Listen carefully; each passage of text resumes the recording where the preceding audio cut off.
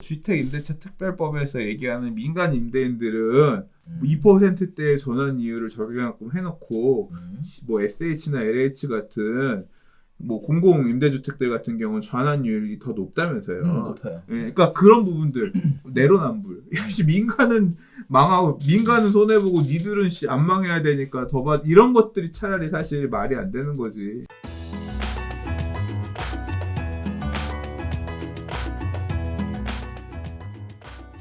자, 두 번째 이야기입니다. 연일 계속되는 임대차 입법과 관련된 문제인데요. 3법에서 입법으로 줄었어요. 네.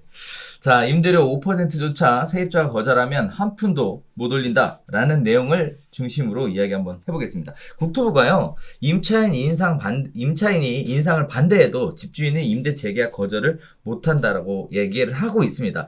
분쟁조정위원회도 강제할 방법이 없다고 하고요. 소송을 해도 계약갱신 전에는 판결이 안 난다라는 건데요. 이게 참 내용을 보면 그래요. 임대료를 5% 올려달라 그랬더니 거부를 했어요. 그럼 임대인은 분쟁조정위원회에 신청을 해야 되는데 분쟁조정위원회에 신청을 했더니 임차인이 절차를 거부했어요. 그러면 그걸로 끝나는 거래요. 이게 포인트입니다. 거기에 따라서 임대인이 민사소송을 제기를 한다라면 확정 판결 전까지는 자동갱신이니까 네, 사실상 임대인 승소도 쉽지 않아 보인다라고 얘기하고요. 관련된 내용 가지고 위헌이냐는 얘기가 그렇게 많이 나오고 있어요. 근데 이거는 기사가 좀 약간 이거 관련해서 저 다른 변호사님이 정리해 쓰신 거를 제가 읽었거든요. 그래서 기사에서 얘기한 대로가 끝이 아니다가 사실은 더 아는 내용이 있다. 그러니까 내용이 계약갱신 청구권의 내용이 뭐냐면 계약갱신을 요구할 수 있어요. 2년 이제 계약 마무리 끝나가는 시점이 돼서 세입자가 나는 더 살고 싶어요. 계약갱신을 요구했어. 임대인이 5% 인해서 올려서 그렇죠. 이제 5%가 이제 이거 조례로 금액이 정해지겠지만 만약에 5라고 가정했을 때 5% 올려줘요. 그러면 갱신해 줄게 그랬더니 싫은데요? 그러면 싫어도 나도 싫은데요? 나도 5% 올려 받아야겠는데요? 서로 이 의견의 합치가 이루어지지 않아도 갱신이 일단 된다는 게 핵심이에요. 그렇죠. 예, 돼. 그럼 나는 5% 못 받았는데 억울해. 야, 너 5% 내놔. 그랬더니 못 주겠는데요. 그러면 우리 저기 분쟁조정위원회 신청할 거야. 싫은데요? 그러면 안 된다는 거야. 위로 올라가지 못한다는 거야. 그렇죠. 나 억울해 죽겠어. 너 씨. 그래서 소송 거는 거야. 임대료. 왜냐하면 계약 증감 청구권이라는 게 임대차보호법이 있기 때문에 그거에 기해서 임대료를 5% 올려달라고 내가 소송을 해. 근데 그 소송 결과가 빨리 안 나잖아요. 그렇죠. 근데 소송 결과가 빨리 안 나도 나긴 나. 인기 검색 결과입니다. 네, 구글 형님 나오셨네. 네. 소송 결과가 나오긴 나오는 거예요. 네. 나와서 보면 예를 들어서 계산해봤더니 5%씩 올려준 금액이 다 해서 200만 원이야. 200만 원이라고 하면 판사님이 200만 원, 그러니까 5% 올려준 금액이 계산하기 쉽게 10만 원이었고 10만 원이 2년이면 24개월은 240이잖아요. 240만 원의 만큼을 올려주는 게 맞네요라고 판사님이 판결했어. 근데 임대차 기간이 거의 끝날 쯤에 와서 이 판결이 났어. 그럼 240만 원 달라고 하면 돼.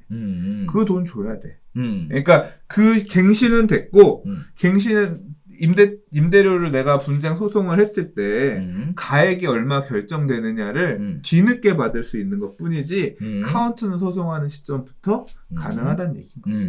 그래서 할 수는 있어.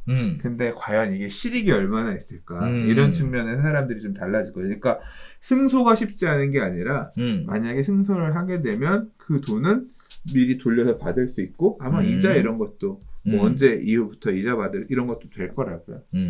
근데 사람들이 소송을 많이 하지는 않을 것 같다. 그런 거죠. 자, 그래서 위헌 관련돼서는 우리 영역이 아닐까 패스? 뭐 위헌인지 아닌지는 근데 계약갱신 청구권 자체가 이게 네. 여기에만 있는 게 아니라 원래 이게 이제 상가임대차보호법에서 있던 게 넘어온 거잖아요. 네, 그래서 그렇죠. 많이 있어 상가임대차보호법에서는. 근데 다 이런 식으로 다. 근데 약간 좀 차이가 있는 게 상가임대차보호법 같은 경우는 세입자들이 어지간하면 주인 맞춰주거든. 왜냐면 이게 이 주택하고 상가하고의 차이는 뭐냐면 주택은 시설이 다 갖춰져 있잖아요. 내가 들어가서 뭘 해야 될 게, 그러면 진짜 주택도 이렇게 바뀌려나?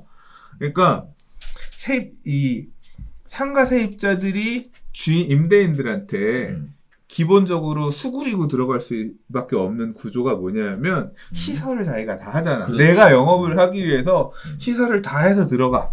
그리고 영업을 하다가 이제 내가 못 하겠거나 아니면 그만하고 딴 사람한테 넘기거나 이런 걸 하고 오려면 이 시설 내가 들어간 비용에 대한 권리금 이런 것들을 일부 받아야 되기 때문에 임대인한테 계속 넘어가야 되고 뭐 어쩌고 하는데 임대인들이 꼬투리 잡고 내가 쓸 건데 뭐 어쩐데, 물론 이제 상가 임대차 보호법도 많이 보호가 됐지만 이제 그런 이유 때문에 좀 약점 잡혀가지고 그런 부분도 있잖아요.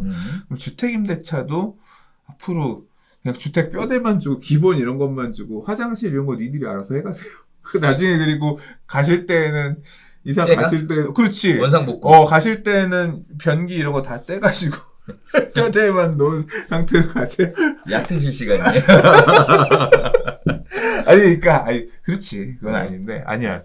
근데 또 어떤 기묘한 해법이 나올지 모르겠다. 옛날에 그 얘기가 있었어요. 그래서 골조만 제공을 하고 기본적인 것만 제공을 하고 그 인테리어 관련 시설은 네가 해라. 대신 거기에 따른 건축비를 인하시켜서 공급하겠다. 이게 있었어 사실.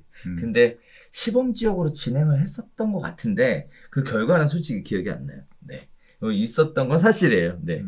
상인법하고 비교하기는 약간 어려운 게 일단은 기성품을 다 만들어서 제공을 한다라는 거에 대한 차이점, 거기에 따라서 권리금에 대한 부분이 있어서 그 부분은 약간 좀 다른 것 같은데 계속 세입자가 그것 때문에 들어간 비용이 있기 때문에 그렇죠. 끌려가는 부분이 없잖아 있는데 주택 같은 경우는 그게 아니니까 완성품을 세입자가 끌려갈 부분이 없거든. 그러면 그렇죠. 이제 임대인들이 좀 세입자가 본전 생각 나게끔 하기 위해서 이제 그런 어떤 뭔가의 꼼수는 또 생각해 볼 수 있는 거지. 그렇죠. 우리 집은 미안하지만 우리 집은 전세가 너무 없어. 우리 집 미안하지만 화장실에 변기가 없는데 네가 와서 변기를 놓고 가진 말고요. 무조건 설치해 놓으셨다가 철거해서 그대로 가져가세요. 그런 조건은 그럼 이동형 변기 이런 거 나오는 거야? 아무튼 그런 거지. 탈착형. 에어컨도 없는 상태예요. 자, 이게 원상입니다. 설치해 놓으셨다가 바로 떼어 가져가세요. 뭐 이런 식으로. 그러면 이제 세입자 입장에서는 내가 설치해 놓은 거를 권리금 이런 걸로 놓고 받아가고 그게 결국 상가 임대차랑 비슷해지는 거잖아. 그런 어떤 형태의 편법이 나오지 말란 법이 없을 것 같아. 연구해볼 필요는 있을 것 같은데. 그 연구 시간은 아닌 것 같고. 자, 그래서 최근 임대차 3법 때문에 시장 분위기가 아주 험악합니다. 네, 뭐 대표적인 케이스가 이제 앞으로 전세 사라지는 거 아니냐. 그래서 월세로 전환되는 거 아니냐. 얘기 나왔더니 전환 이율에 대해서 개정하겠다. 그래서 현재 뭐 4%인데 뭐 2%로 낮추겠다. 뭐 이런 얘기들 나오고 있어요. 임대인들 입장에서는 열불나는 상황으로서 대책을 준비하고 있다고 하는데 사실 임대인들이 선택할 수 있는 대책은 3가지밖에 없습니다. 첫 번째가 이제 4년 채워서 임대하는 거. 하나의 방법이고. 두 번째가 비워주는 거예요, 그냥 2년 동안. 네, 공실로 전환하는 문제. 자, 세 번째가 실입주하는 문제. 이 3가지가 얘기가 되고 있는데. 근데 이 전환이율 얘기요. 네. 이거 사실 이게 전환이율 부분도 제가 막 누가 열심히 말씀하셔가지고 국회의원 누가 말씀하셔서 찾아봤는데 이게 전환이율이 무조건 적용되는 게 아니라 결국 계약 기간 중에서 바꾸거나 이럴 때 전환이율이 적용되는 거잖아요. 그렇죠. 신규 임대차에 적용되는 게 아니잖아. 이 전환이율을 지금 4%대에 있는 거를 2%대로 낮추겠다. 뭐 2.5든 2.7이든 8이든 이렇게 낮추겠지. 그럼 약간 전환이율 부분에서 임대인이 손해보는 부분이 있지만 그거 뭐 이거 갖고 그렇게 막 되게 언론에서는 굉장히 날이선 첨예한 부분이라고 생각하는데 그 1% 차이, 1.5% 차이 얼마 난다고 그거 갖고 그렇게 싸울까?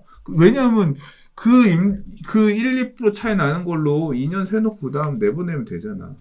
그래서 사실 나는 이 부분은 그렇게까지 크게 쟁점이 되는 부분은 아닌 것 같아요. 전환이율 차라리 뭐 이걸 갖고 쟁점을 삼아서 얘기를 하자면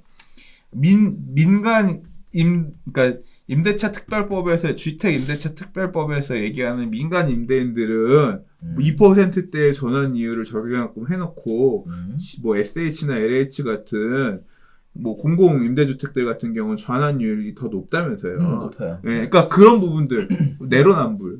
민간은 망하고 민간은 손해 보고 니들은 안 망해야 되니까 이런 것들이 차라리 사실 말이 안 되는 거지. 근데 실무에서 따질 때는 제가 생각할 때는 이게 전환율이 법에서는 이게 전환율이 그 주택임대차보호법 시행령에 있어요. 제가 기억하기로는 그 내용을 좀 변경하면 되는 건데 그렇게까지 막 갈등 요소가 되진 않을 것 같아요. 저는 조금 다르게 봤어요. 그래서 이게 나중에를까지 생각을 해서 사람들이 이제 전세 보증금 올려서 받는 것보다 월세를 받으려고 하는 추세잖아요. 그 부분에 대해서 일단은 5% 증액이니까 월세가 5% 현 보증금에 대한 5%의 월세가 추가되는 부분인데 이게 이자율이 없다 보니까 이자율 5%로 다들 전환할 거라는 거죠. 올리겠다는 거죠. 그러면 이제 전세 매물이 줄어드니까 그런 부분에 대해서 낮춰야 된다라는 얘기와 얘에서 아까 선생님 얘기하셨던 그 LH나 SH에서 하는 거는 내가 새로 계약을 하려고 하는데 신규 계약이니까 내 마음대로 다 하는 게 아니라 기존 계약에 준해서 5% 신규 계약을 하더라도 5% 범위에서만 인상을 해야 된다는 얘기가 나오면서 전환이율 얘기가 또 나온 거예요. 그때 네 맘대로 받을 수 있는 게 아니라 뭐 표준임대로 도입을 하든지 아니면 전환이율에 대한 것도 적용을 하든지 뭐 이런 얘기들이 같이 짬뽕이 돼서 그 부분은 아직 그 임대차 5법에 플러스 2로 나가는 그러니까 표준임대료를 강제하는 이런 부분은 사실 아직 입법된 건 아니니까. 그렇죠. 지금 네. 그 부분까지 얘기할 거는. 지금 근데 여기에서 나왔던 얘기는 그 주택임대차보호법에 있는 제가 말씀드렸듯이 몇 점 몇 항인지 지금 찾아봐야 되는데. 17조 2항인가? 뭐 그렇대. 네. 어쨌든. 네. 그렇습니다. 자, 그래서 전환이율 관련된 얘기 잠깐 드렸는데, 이거는 확정된 게 아니고, 이렇게 할 거다. 그래서 전세 물량이 줄어들고 월세로 전환되는 것을 어떻게 해서든 막아보겠다라는 얘기들이 논의가 진행되고 있다. 이렇게 이야기하시면 될 것 같고요. 반면에 이런 얘기들이 또 논의가 되고 있습니다. 실입주하게 되는 경우에는 일단 계약갱신 청구권 행사가 불가하다. 거기에 따라서 임대차 정보 열람 대상을 현행 임대인과 임차인, 집주인, 금융기관에서 갱신 거절 임차인도 추가하겠다. 자, 즉 갱신 거절당한 임차인이 실입주에 대해서 확인할 수 있는 부분을 추가하겠다. 결국은 확정일자 부분이 될 것 같아요. 그리고 뭐 우리가 지난 별별수다 때도 얘기했지만 그 부분은 이제 전월세 신고제 시행하면 어렵지 않게 확인할 수 있을 것 같다. 그랬잖아요.